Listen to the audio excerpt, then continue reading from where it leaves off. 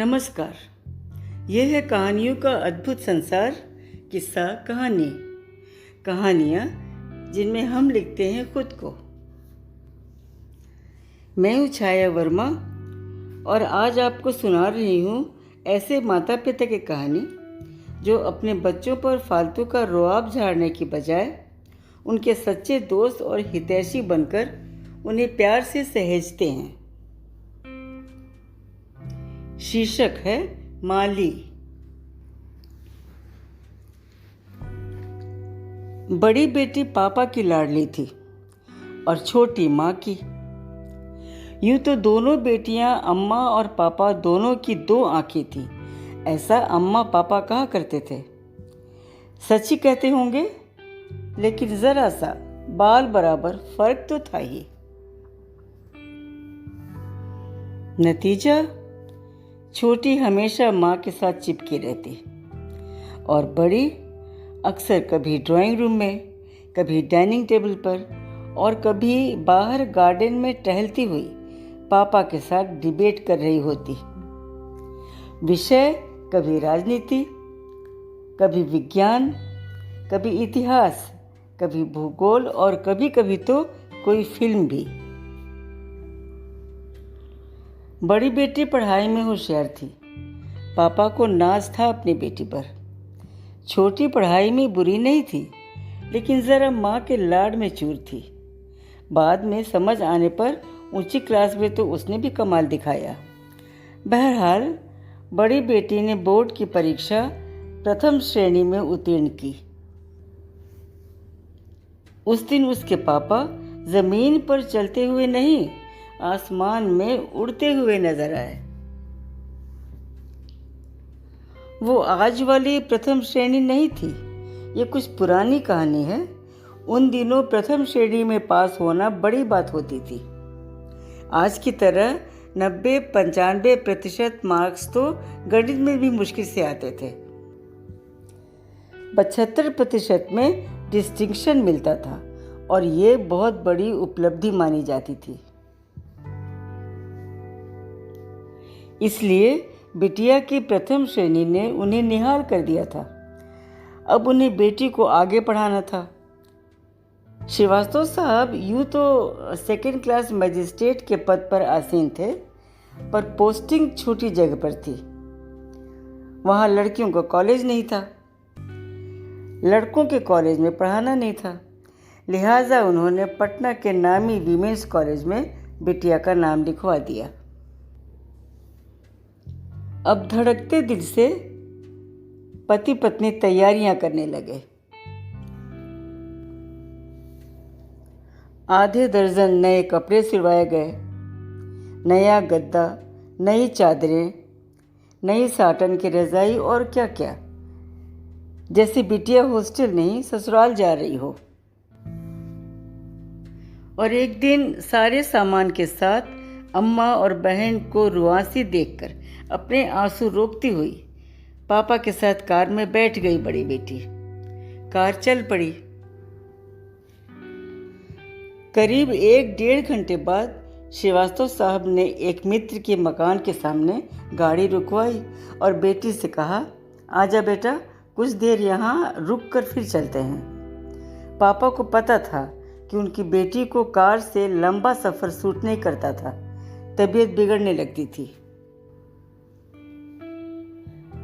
रामावतार चाचा पापा को ड्राइंग रूम में ले गए और पास खड़े बेटे से कहा, बेटा ये श्रीवास्तव चाचा की बेटी है, इसे अंदर ले जाओ माँ के पास। लड़के के पीछे पीछे बिटिया चल दी। वो इसे बेडरूम में ले गया। पलंग पर बैठने को कहा और बड़ी शराफत से आंखें नीची करके बोला, माँ नहा रही हैं, अभी आती हैं, और पास रखी कुर्सी पर बैठ गया। थोड़ी देर में उठकर अंदर गया और 5 मिनट में वापस आ गया। इस बार वो हाथ में ऑरेंज स्क्वाश का ग्लास लिए लड़की के बिल्कुल करीब खड़ा था। कोई अपरिचित हम उम्र सीधा साधा मासूम सा लड़का यूं अकेले में उसके इतने करीब खड़ा होकर शरबत का ग्लास उसे थमा रहा है, ऐसा मौका उसके अब तक के जीवन में शायद पहली बार आया था। ऐसे लम्हों में जो कुछ गुजरती होगी किसी किशोर और किशोरी के दिलों पर, निश्चय ही वही सब गुजर रहा होगा इन दोनों पर भी। लड़की ने चुपचाप ग्लास थाम लिया। उसका दिल जोरों से धड़क रहा था। नजरें मिली तो लड़का मुस्कुराया हौले से। लड़की को भी मुस्कुराना पड़ा, वरना वो सोचता कितनी असभ्य लड़की है। तभी लड़के की माँ आ गई और बड़े प्यार से बात करने लगी। अम्मा के बारे में पूछा, छोटी बहन के बारे में पूछा। बीच बीच में लड़की ग्लास होठों से लगा लेती। अंत में एक बार फिर पास आकर खाली ग्लास लड़की के हाथ से लेना नहीं भूला वो लड़का। फिर पापा की आवाज़ लगाने पर बेटी बाहर आई और गाड़ी में बैठ गई। पापा के बैठने पर गाड़ी चल पड़ी। लड़की ने पलट कर देखा।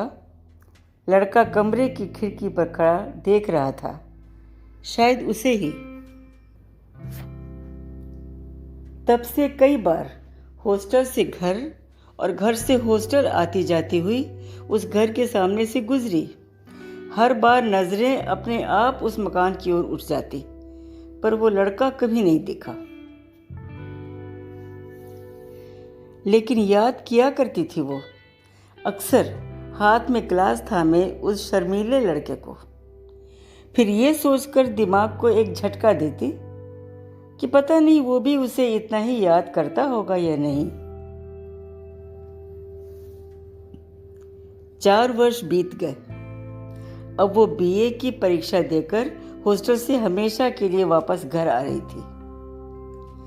रास्ते में पापा ने कहा, बेटा, रामावतार चाचा का बेटा है ना, इस साल वो भी इंजीनियर के अंतिम वर्ष की परीक्षा देकर वापस आ गया है।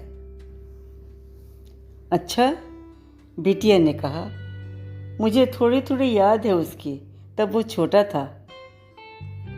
तू भी तो छोटी थी, 4 वर्ष पहले की बात है, पापा ने कहा। हाँ पापा, वक्त कितनी जल्दी गुजर जाता है। लेकिन आजकल रामावतार कुछ परेशान है, पापा ने कहा। क्यों, क्या हुआ? बेटी ने पूछा। अरे वो नादान लड़का एक कायस्थ की बेटी को पसंद करता है और शादी उसी से करना चाहता है, लेकिन लड़की के माता पिता तैयार नहीं है। क्यों, क्या बुराई है लड़के में?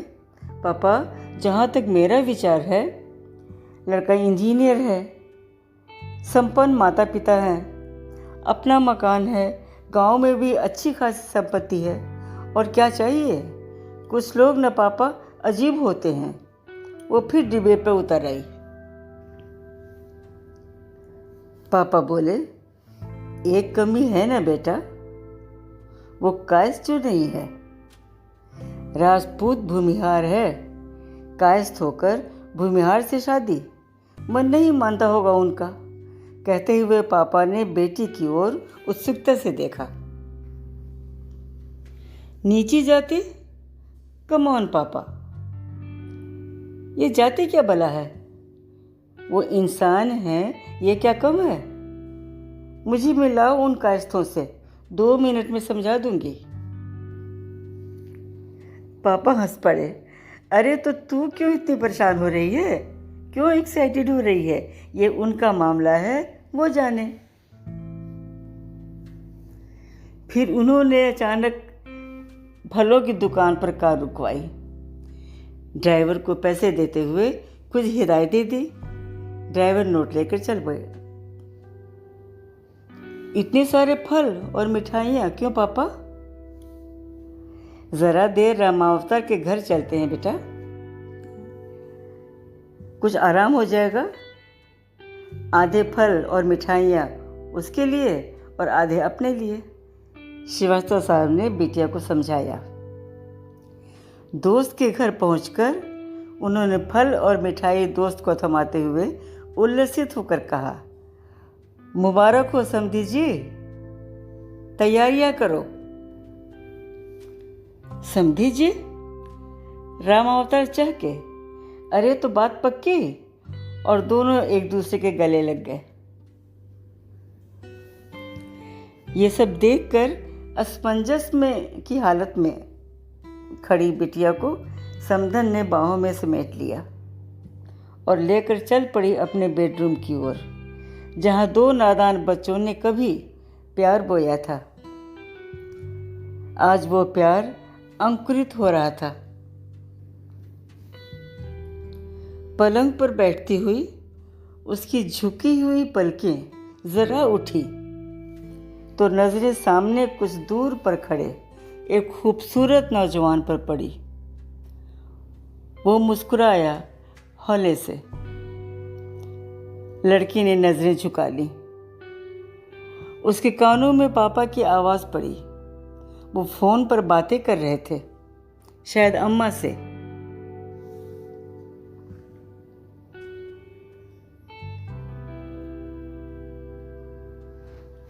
ये कहानी बस यहीं तक। आपको कहानी पसंद आई हो तो लाइक करें, कमेंट करें और हमारे चैनल किस्सा कहानी को सब्सक्राइब करें। ये फलक का चैनल है, किस्सा कहानी। मैं छाया वर्मा आपको सुना रही थी अपनी लिखी कहानी माली। फिर मिलते हैं एक नई कहानी के साथ। धन्यवाद और नमस्कार।